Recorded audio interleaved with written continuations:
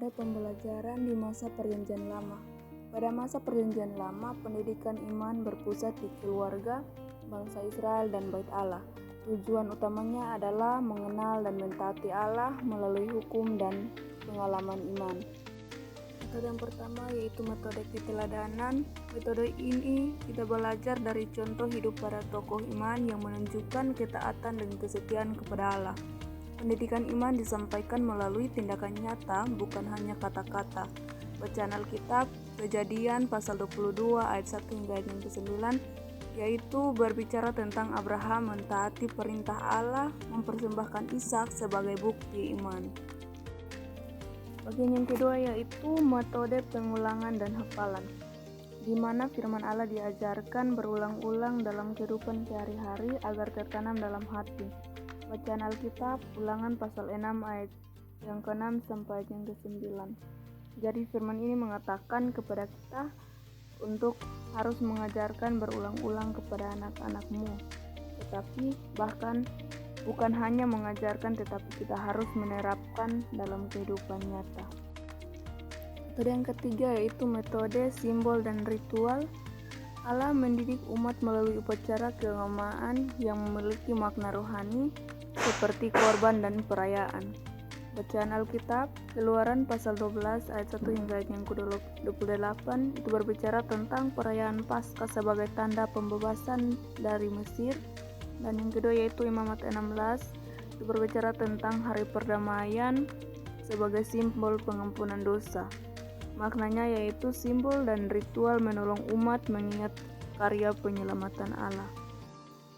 Sekarang metode cerita. Metode cerita mengajarkan melalui kisah nyata tentang karya Allah dalam sejarah umat. Cerita menjadi media penting untuk menanamkan nilai-nilai iman. Bacaan Alkitab, Kejadian 37 sampai 45, kisah Yusuf yang setia kepada Allah mesti ditindas.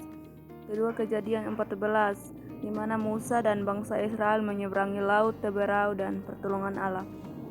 Maknanya adalah cerita membantu generasi muda mengenal Allah secara pribadi melalui kisah nyata. Metode hukum dan perintah, di mana firman Allah mewujudkan dalam bentuk hukum dan aturan hidup atau Taurat sebagai pedoman moral dan rohani. Contoh bacaan dalam Keluaran 20 ayat 1 hingga yang ke-17 yaitu berbicara tentang 10 hukum Allah. Yang berikut yaitu metode pembelajaran di masa Perjanjian Baru. Pada masa Perjanjian Baru, Yesus menjadi guru agung. Ia mengajar dengan penuh kasih, hikmat, dan kuasa. Tujuan pendidikan iman di masa ini adalah menjadi serupa dengan Kristus melalui kasih dan pelayanan.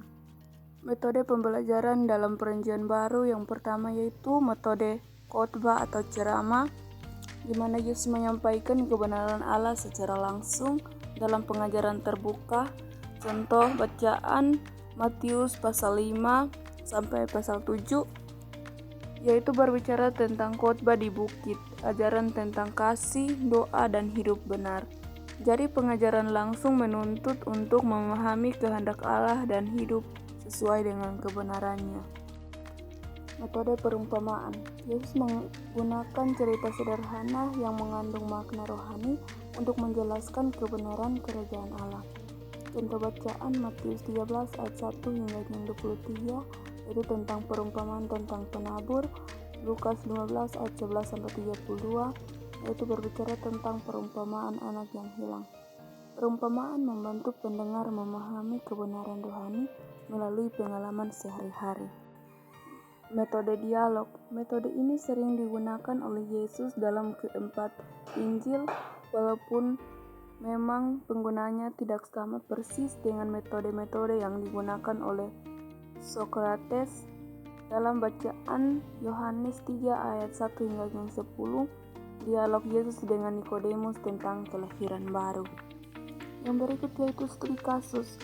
Perumpamaan-perumpamaan yang diceritakan oleh Yesus sesungguhnya merupakan studi kasus. Dengan pendekatan ini, Tuhan Yesus menggariskan seluk-beluk salah satu kasus sebagai sebagian daripada pengalaman seorang dan mengundang para pelajar memanfaatkan akal dan imannya.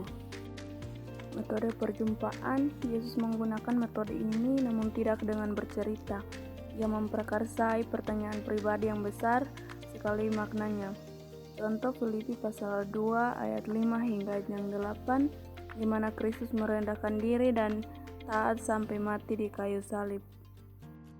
Metode yang terakhir yaitu metode pengutusan dan pelayanan, di mana Yesus mengutus murid-muridnya untuk melayani dan mengajar bangsa-bangsa belajar iman melalui praktik pelayanan. Contoh bacaan Matius pasal 28 ayat 19 hingga 20 yaitu tentang amanat agung.